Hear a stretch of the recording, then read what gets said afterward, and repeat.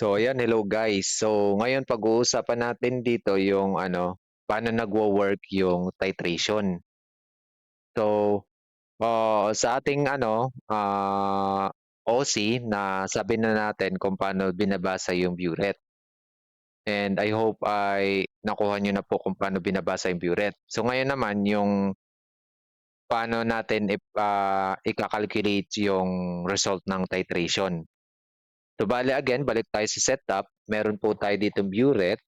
Then, dito po sa baba ay meron tayong conical plus. Tapos nakalagay dito yung unknown concentration natin na solution na gusto nating malaman yung concentration. Then, ito po yung known. Yun po yung kailangan nating setup. Then, for example, gagamit tayo ng strong base which is NaOH. Meron siyang concentration na yung pinaka-standard na usual na ginagamit, yung 0.1 molar. Then, ita-titrate natin siya with this unknown concentration na solution natin ng HCl. Okay? Then, bale, dito sa baba, known yung volume, 20 ml ng HCl. Kasi gagamitin natin itong volume na to ng HCl sa pag-compute ng kanyang molarity. Pag nalaman natin kung ilang mole siya. Based dito sa ginamit na moles ng NaOH para siya ay ma-neutralize.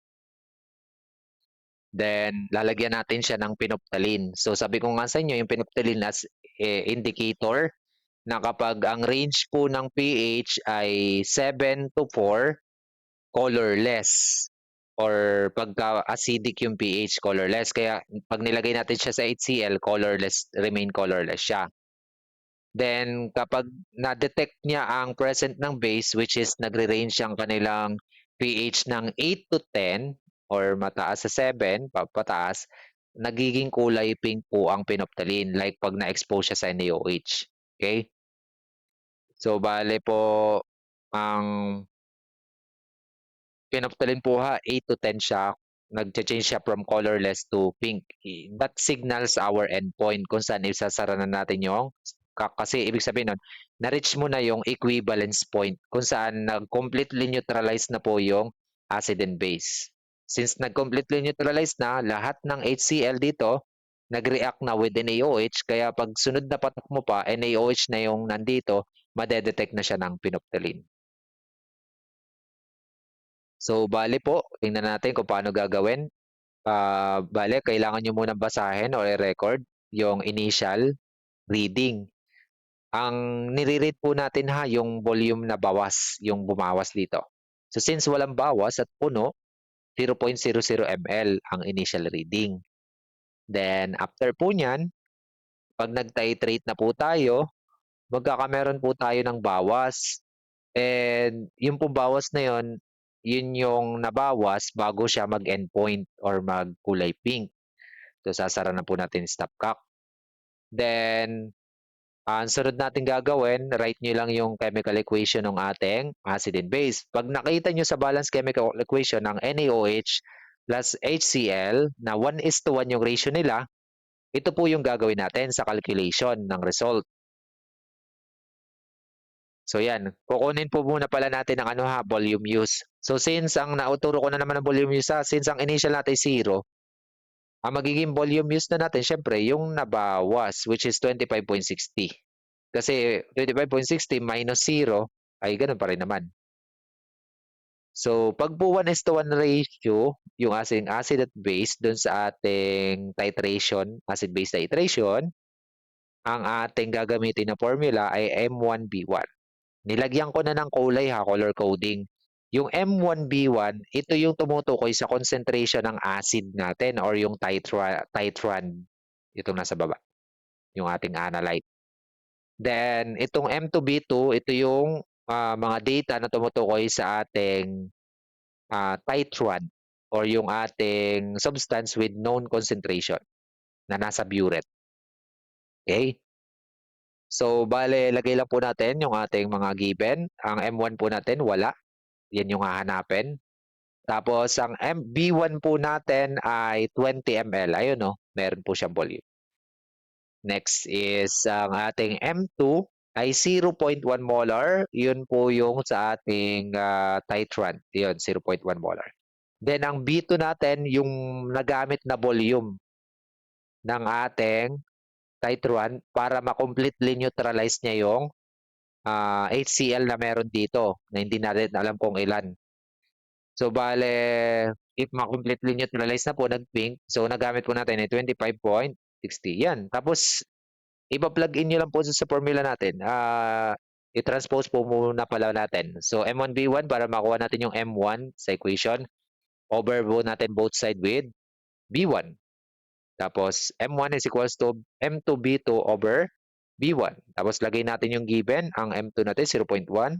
Ang B2 natin ay 25.60. Then, the M1, B1, which is this, ay 20.0 ml. Then yan, makukuha nyo na yung sagot na 0.128 molar. So, meron tayo dito sa unknown na hindi natin alam kung ilang concentration. Ang concentration pala dito ng HCl ay 0.128 molar. So, ganyan po nagwo-work ang titration. If ang inyong acid at base na involved dito sa titration ay 1:1 yung stoichiometric ratio. Now, paano naman sir pag hindi 1:1? Let's say for example, H2SO4 naman po yung ating titran or yung analyte nating i-detect ang concentration. So unknown, ito yung ating known, 0.1 molar. Standard naman yan. Lalagyan natin ng pinoptalin para ma-detect natin kung completely neutralized na siya. Tapos, 2.60 po, initial volume. Ibig sabihin, may bawas na yung ating burette. So, then, nag-titrate ka, nabawasan hanggang sa mag-color pink. Then, sarado nyo na. Tapos, final reading natin, 25.60. Para makuha nyo po yan, ima-minus nyo lang po sa 25.60 yung 2.60. So, ang ating volume use is 23.50. So, yan yung gagamitin natin sa calculation again. So, ito po yung mga step pagka hindi po tayo 1:1 ang ratio. Ang nakikita nyo ratio ay 2:1.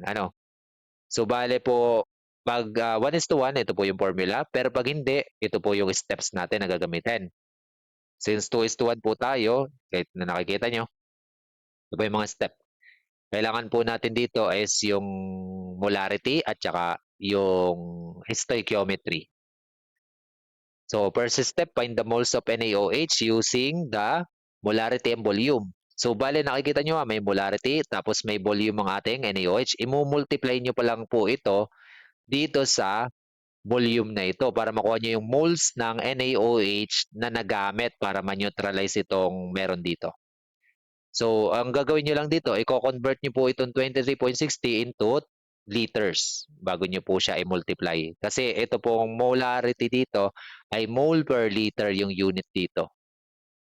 So, next is use the moles of NaOH to find the moles of H2SO4. So, since nakuha na natin ang moles ng NaOH, pag minultiply nyo ito doon sa volume use ng NaOH, ay gagamitin naman natin yung stoichiometric ratio nila dito, yung mole to mole ratio nila dito para ma-compute yung moles ng H2SO4. Gamit yung mole ng NaOH na nalaman natin nung minultiply natin ito dito. So, gamit tayo ng stoichiometry na dito sa step number 2. Then, step number 3, find the molarity of H2SO4 by dividing its mole.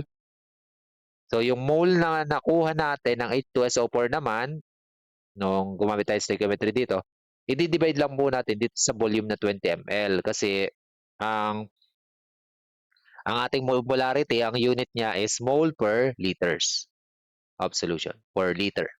Okay? So, gawin na po natin. Execute natin itong step. Una, find the moles of NaOH using the molarity and the volume use. So, gagawin lang po natin. Ito po ay imumultiply natin dito. So, yung 0.1 molar, ita-times natin sa 0.02360 molar. So, bale, sorry, hindi pala siya molar ha, liters. Ito, kinonvert nyo sa liter. So, yan, mumultiply nyo lang po. Tapos, magiging answer natin sa mole ng NaOH ay 0.00236. So, ibig sabihin, Dun sa nabawas yung volume na yun, ang mole ng NaOH na na-dispense yung pababa ay 0.00236 moles na nakapag-completely neutralize nitong ating unknown concentration dito na acid. Kaya naging kulay pink na po. Kasi ang nade-detect lang po ng phenolphthalein ay range ng pH na 8 to 10. Ang atin pong NaOH ay base, kaya I think nag-change na yung pH niya kaya naging pink na. Tapos sunod po, 'pag nakuha niyo yung moles ng NaOH, yung 0.00236, mako-compute na natin yung moles ng H2SO4 gamit ito, gamit ang stoichiometry. So bale yung given po natin 'yan, imo-multiply lang po natin sa stoichiometric ratio na 2:1, 'yan. Tapos mole po ng ano ang nasa baba, NaOH per kasi every 2 mole of NaOH ay may 1 mole na H2SO4 na nagre-react. So since gumamit tayo dito ng 0.00236 papunta dito para ma-completely neutralize siya, ilang mole kaya ng H2SO4 yung nag-react doon kung meron tayong gantong recipe. So ganun lang po, multiply natin sa 1 tas divide 2. So meron tayong 0.00118 moles ng H2SO4 na nag-react dito sa mole ng NaOH na to na dinispense. So, nung na-completely neutralize na po, siyempre magpipink na yan, ito po yung moles ng ating H2SO4 na na-detect. Then, pag nakuha nyo na po yung moles ng H2SO4, i-divide nyo lang po yan sa liters of solution. So, ang liter po ng ating unknown solution ay itong 20 ml na to, i-convert nyo siya sa liter. So, bale, yan po. 0.00118 moles, magiging 0.020 liter. Then we find that ang ating pong unknown ay 0.059 molar ang kanyang concentration. Okay? Sa ating laboratory po, pag ginawa natin to, yung ipapadetect ko sa inyo na concentration ay yung sa suka. Ano, yung for example, dato puti. Tama po kaya yung concentration doon pag dinetect natin gamit ng titration. So, ayan. So, paano po nagwo-work ang ating stoichiometry at molecular level? So, bago natin ipunta doon sa molecular level, paki-screenshot nitong given na to. Yan, ito po yung volume used. And patry nga pong i-compute yung magiging sagot dito sa ating, ang ating ginamit ay ano naman na, phosphoric acid, yung unknown. Ito po yung volume used. Then, try nyo nga i-compute yung sagot dito kung talagang nakuha nyo po yung sa kanina. Okay? Paki-send na lang po or paki-comment dito sa comment section yung sagot nito. So, for the last part of this video, yung molecular level po ng ating titration, paano nagwo-work. For example, ito po yung unknown, then hindi natin alam kung ilang moles ng HCl ang meron dito. Pero pinalaki ko lang, sinum out ko lang yung kunyari, mga moles ng HCl yan. Tapos siyempre, nilagyan natin siya ng phenolphthalein para ma-indicate yung color change para malaman natin kung completely neutralized na sila lahat. Na once na maglagay po tayo ng NaOH, ito po NaOH, nagpatak tayo. So since siya po ay strong base and will have a pH of below, colorless pa po siya nung una. Pag nagpatak po tayo ng ano po diyan, makikita nyo may super bilis na kulay pink dito mangyayari tapos nawawala. Yun po the moment na pumupunta yung NaOH na hindi pa siya nagre-react already kay HCl. Pero since ang mga ano naman po talaga yung nagre-react, yung co-reactive, magre-react po yan. Pero mag-change siya utay-utay ng pH kasi nga nadadagdagan ng base yung ating acid. So, manu-neutralize po yan and magpo-form po siya ng product na salt and water. Ang acid and base naman po usually ay salt and water ang kanyang usual na nagiging product. So yan, nabawasan na po yung moles ng HCl. 1 mole ng NaOH, 1 mole ng HCl. So may na-detect na siya ng 1 mole. Ngayon po, another po lang, nagpatak for example tayo at kunyari 1 mole yung kasama doon. Tapos re-react po uli siya. Yan. So ngayon po nakikita nyo, nag-iiba na po yung compound na nandito, hindi na HCl lahat. Nagiging NaCl at saka H2O, which are neutral. Ibig sabihin, yung pH po ng ating solution ay gumagalaw na nung nagta-titrate na tayo. Then may isa na lang pong ano, kaya colorless pa rin 'to pagka sa laboratory color kasi may HCl pa din. Ang HCl ang nagdadala pa rin ng pH nito. Pagka pinatak po natin 'yan, 'yan, 'yan na po natin mare-reach yung tinatawag na equivalence point. Ang equivalence point po, 'yun po yung point kung saan completely neutralized na po ang lahat ng acid nung ating nilalagay na base. 'Yan po, wala na po tayong acid. Ibig sabihin lahat ng acid na-detect na. And yan po yung tinatawag na equivalence point. Ang equivalence point po ay magkaiba sa endpoint. Guys ha, tandaan nyo. So ibig sabihin, yung pagpili natin ng indicator, di ba ang endpoint ng pinaptalin, nung pinakita ko sa inyo ng una, ay 8 to 10. So yung equivalence point ng strong acid, strong base ay 7 kasi pareha silang malakas. So pantay yung kanilang magiging final pagpantay na pantay talaga yung nila, complete neutralization. So 7. Yung 7 po malapit sa 8 kung saan nagpipink na yung pinaptalin. Kaya the best po na gamitin usually dito sa ganito is yung pinaptalin kasi malapit yung kanyang endpoint na 8 to 10 sa 7. So approximation po kasi yung range nung pinaptalin natin, yun ang tawag doon ay endpoint na. Pag ang endpoint niya ay malapit doon sa ating equivalence point nung ating ginamit, yun po yung best na indicator na gamitin. Bawat indicator po may kanya-kanya pong endpoint or range kung kailan nagbabago silang kulay. So ang pipiliin nyo pong indicator per specific partner po ng ating tinatitrate ay yung malapit doon sa equivalence point nung magka-partner na sa titration natin. Ang equivalence point po ng strong acid at strong base ay 7. No? So the reason why pinuptalin ang ginagamit dito is because ang endpoint ng pinuptalin ay 8 to 10. Malapit sa 7. Pag nagpatakba po tayo ng NaOH, wala na po magre-react na HCl. That's why ang atin pong solution ay hindi na siya neutral ngayon kasi may NaOH. Tataas na siya sa 7. So lalapit na siya doon sa endpoint or doon sa range kung saan nagbabago na yung kulay ng solution pag mayroong pinuptalin. So since pag nasa 8 na siya o 10, magkukulay pink na po yung solution. And that marks na ititigil nyo na po yung pagpapatak. Okay? So after complete neutralization, the pH of the solution continuously change until reaching the endpoint. Yung endpoint po, yun po yung kung saan magbabago na yung kulay ng ating indicator. Yun po yung endpoint. Yung equivalence point naman po, yun naman po yung kung saan yung lahat ng acid ay completely neutralized na ng lahat ng base. Magkaiba po siya yung equivalence point. So, to give you some, pakita po natin yung graph ng titration curve. Ito yung titration curve.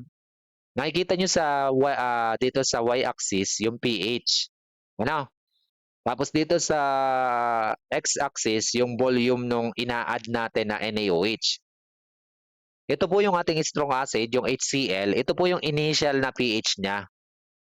Yan yung initial na pH niya. So, nasa below 2 siya kasi strong acid. Ngayon, nung balik dito pa pala siya or dito. Ito pala yung kanyang initial pH, sorry. Ito po kasi yung moment na wala pa tayong naidadagdag na NaOH yan. Ngayon, pag nagpatakay ng NaOH, anong mangyayari sa pH niyan? Siyempre, habang nilalagyan siya ng NaOH, yung volume ng NaOH, kunyari 10 ml na, yan, tapos 20 ml, ano nangyayari sa pH? Siyempre, aangat ang pH niyan kasi base yung nilalagay natin sa acid. So, aangat po siya, aangat. Tapos, pagdating po dito, kung mapapansin nyo, sa 50 ml na itatitrate na natin papunta dun sa ating acid, bigla pong tataas sharply yung kanyang pH. Yan o, boom. Tapos, pag tumaas po yan, marireach po yung complete neutralization ng acid and base. Pag po strong at base at strong acid, since parehas yung lakas, so mamimit po nila yung equivalence point ng pH dun sa solution na 7 kasi parehas yung lakas nila, kaya 7 gitna. Ito yung equivalence point. Ibig sabihin, completely neutralized. Wala nang HCl sa solution. Lahat ay naging NaCl at water na. So, Ito po yung range ng ating pinuptalin na nagbabago na siyang kulay, 8 to 10. So 'pag nagpatak pa kayo ng super unti, aangat pa siya ng kaunti hanggang sa sharply magbago yung kulay niya hanggang dito. So ito po yung golden standard, 8 yung pH ng solution, yung light pink, kasi yung 8 na pH yung pinakamalapit sa equivalence point. Okay? Yun po kasi yung pinakamalapit. So dito po tayo sa kulay na ito dapat, hindi dito sa dark pink. Ibig sabihin 'pag dark pink na po, madami ka na pong nalabis na nailagay na NaOH, so dumark na. So malaki na yung error. Dapat dito ka lang. Okay? So ayan, guys, ganyan lang po yung konsepto ng titration, ano, at molecular level at kung paano siya ginagawa sa calculation. If ever na ano po, hindi pa po masyadong malinaw, pwede niyo naman balik-balikan or i-review uli yung video. Then, may kanina may iniwan akong sasagutan niyo para i-comment niyo din sa comment section, ano. And this also titration curve, kung hindi niyo po na ano yung paliwanag, i-rewind niyo lang po yung video, ano. So that's all for this video. I hope it helps to you, ano, for the understanding, para sa inyong understanding ng titration, ano. That's all and God bless you all. God bless, guys.